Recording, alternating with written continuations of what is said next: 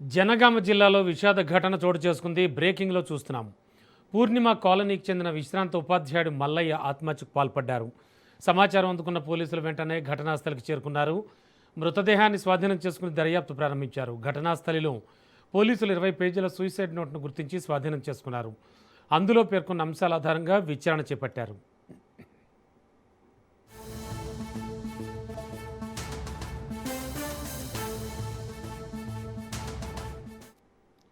జనగామ జిల్లాలో జరిగిన విషాద ఘటనకు సంబంధించి బ్రేకింగ్ న్యూస్ చూస్తూ ఉన్నాం.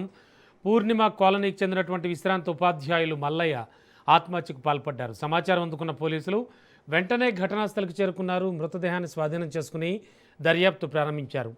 ఘటనాస్థలిలో పోలీసులకు 20 పేజీల సూసైడ్ నోటు గుర్తించారు. అలాగే అందులో పేర్కొన్నటువంటి అంశాల ఆధారంగా విచారణ జరుగుతోంది. ఇక లేటెస్ట్ ఇన్ఫో ఇదే అంశానికి సంబంధించి మా కరెస్పాండెంట్ చంద్రశేఖర్ అందించడానికి సిద్ధంగా ఉన్నారు. శేఖర్, యాక్చువల్గా జరిగింది ఏమిటి? ముఖ్యంగా ఈ కాలనీ వాసులు ఏం చెప్తున్నారు? ఆయన నైబర్స్ కావచ్చు, వారంతా కూడా అంటే అంత విశ్రాంత ఉపాధ్యాయుడు ఆత్మహత్య చేసుకునేటువంటి పరిస్థితి ఏమి ఏర్పడిందని చెప్తూ ఉన్నారు. వాళ్ళతో ఏమైనా మాట్లాడామా మనం? రమణ, జనగామ జిల్లా పూర్ణిమ కాలనీకి చెందిన ఒక రిటైర్డ్ టీచర్ మల్లయ్య ఉరి వేసుకొని ఆత్మహత్య చేసుకున్నాడు. ఇటు ఆత్మహత్య చేసుకునే ముందు కూడా తను 33 పేజీల సూసైడ్ నోట్ రాసి మరి ఆత్మహత్య చేసుకున్నాడు. ఆ యొక్క ఆత్మహత్య చేసుకున్న ఉరి వేసుకొని చనిపోవడంతో ఈ విషయం కుటుంబ సభ్యుల ద్వారా తెలుసుకున్న పోలీసులు అయితే సంఘటన స్థలానికి చేరుకొని ప్రస్తుతం మృతదేహాన్ని అయితే స్వాధీనం చేసుకున్నారు.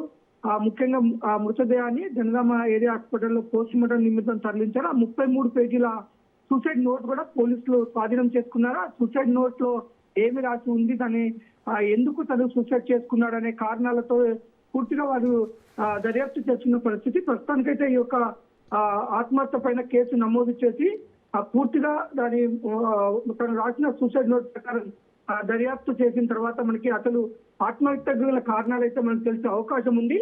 ఇటు కుటుంబ సభ్యులైతే మొత్తం ఆయన మృతితో అయితే చాలా బాధ చెందుతున్నారు. ఇటు కాలనీ వాసులు కూడా ఒక రిటైర్డ్ టీచర్ ఈ యొక్క వయసులో ప్రశాంతమైన జీవితం గడపాల్సిన వ్యక్తి తను మృతి చెందిన పట్ల వారు కూడా ఆవేదన వ్యక్తం చేస్తున్నారు. మొత్తానికి కూడా తను చనిపోయే ముందు తన ఆత్మహత్య గల కారణాలన్నీ కూడా సూసైడ్ నోట్ లో వివరంగా రాసిన నేపథ్యంలో పోలీసుల దర్యాప్తులో పూర్తి వివరాలు తెలిసే అవకాశం ఉంది. Ramana, okay, thank you.